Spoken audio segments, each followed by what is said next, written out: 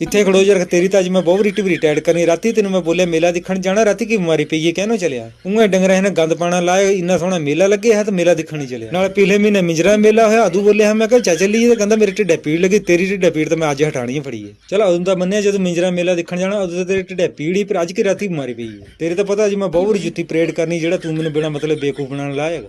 ਨਾਲੇ ਨੌ ਜਾਣਾ ਤੇ ਮੈਨੂੰ ਪਹਿਲਾਂ ਦੱਸ ਦੇਣਾ, ਮੈਂ ਇਕੱਲੇ ਨੇ ਚਲੀ ਜਾਣਾ, ਤੇਰੇ ਚੱਕਰਾਂ ਮੈਂ ਵੀ ਰਹੀ ਆ। ਤੇਰੇ ਅੱਜ ਮੈਂ ਬਹੁਤ ਵਾਰੀ ਝੰਡ ਲਾਣੀ, ਮੁੜੀ ਮਜਾਲੀ ਮੈਨੂੰ ਬੋਲ ਗਿਆ ਮੈਂ ਮੇਲਾ ਦੇਖਣ ਨਹੀਂ ਜਾਣਾ। ਅੱਜ ਤਾਂ ਮੈਂ ਤੇਰੀ ਚੰਗੀ ਤਰ੍ਹਾਂ ਬੱਖੀਆਂ ਸੇਕਣੀ ਜਿਹੜਾ ਤੂੰ ਗੰਦ ਪਾ